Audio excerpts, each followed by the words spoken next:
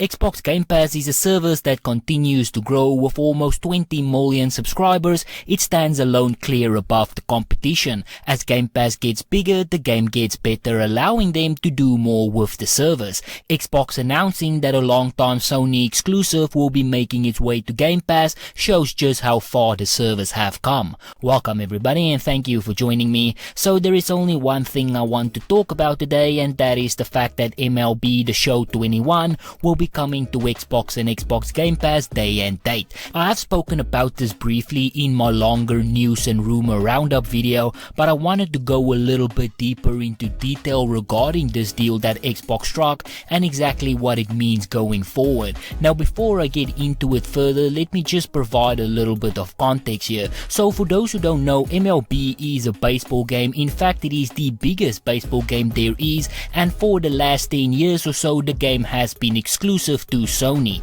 Now the game, in my opinion, is by no stretch of the imagination a console seller, but it did sell almost 20 million copies on PlayStation, and for a console exclusive that is an impressive amount. Selling almost 2 million copies each year is definitely not bad, especially again if you take into consideration it is only on one platform. It is a game that was showcased heavily by Sony. In fact, I recall seeing it during almost every game show that Sony PlayStation did. Well, you probably already know what direction I'm going in with this story, because last week it was announced that Xbox joined the game from Sony, but it also gets even worse. Now before I get into that, let's just go over the official statement. Xbox said in their blog Xbox Wire, "We are delighted to announce that MLB The Show 21 is coming to Xbox Game Pass day 1 and will be available on 20 April for Xbox Series X,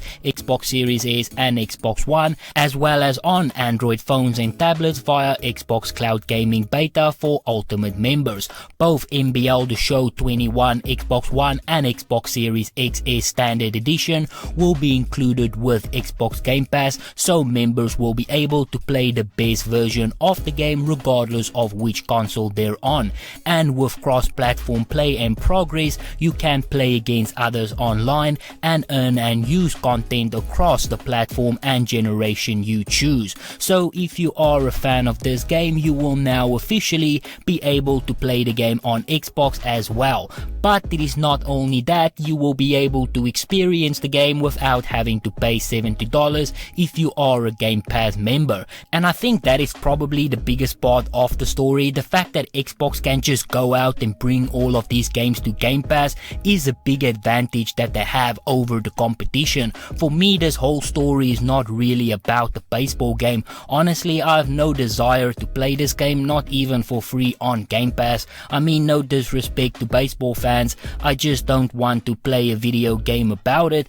But that doesn't matter, because even if you are not a fan of the game, the story here is not about baseball but about Xbox Game Pass. The ability that Xbox have to just go over to the competition, take one of their exclusive games and bring it over to Xbox is big. But it is even more impressive that they can bring all of those games to their fans day and date. This shows the power of Xbox Game Pass. Having a service like this just brings so much more possibilities, and as the servers grow, we will see more of these type of things happening. The MLB announcement comes right after Xbox also announced that Outriders will be on Xbox Game Pass day and date, and that is another announcement that people did not really see coming. This shows that Xbox is actively going out to developers and pitching Xbox Game Pass as a launch platform for their games, and it is working. And I believe as we see games like Outriders and MLB thrive on Game Pass, you will start to see other developers join as well. And I think the craziest part here is the fact that Sony has absolutely no counter to the service yet.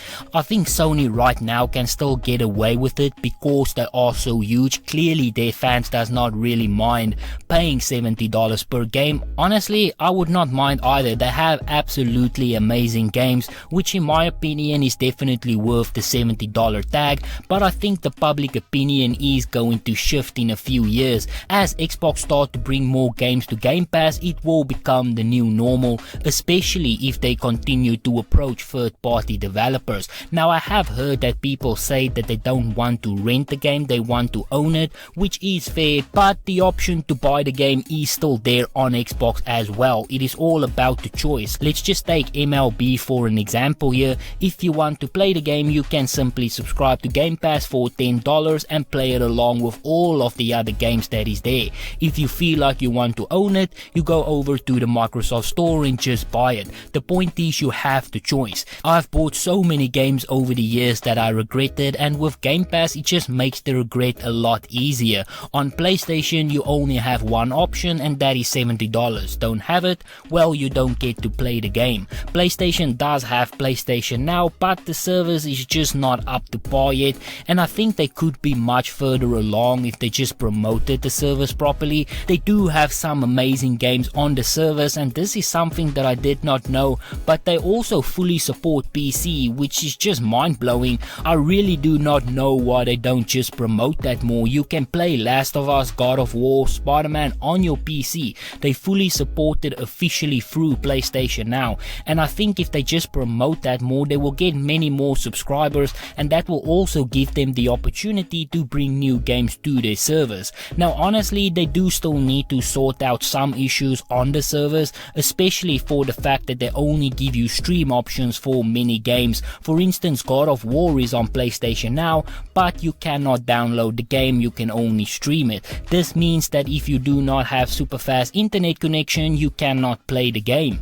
Xbox also have xCloud, but the option to download is there for all of their Xbox Game Pass games. If you stream a game on PlayStation Now, it is only available in 27p, and that is also just crazy, especially for a game like God of War. I don't understand why their first party exclusives is only streamable at 720p. It should be fully downloadable.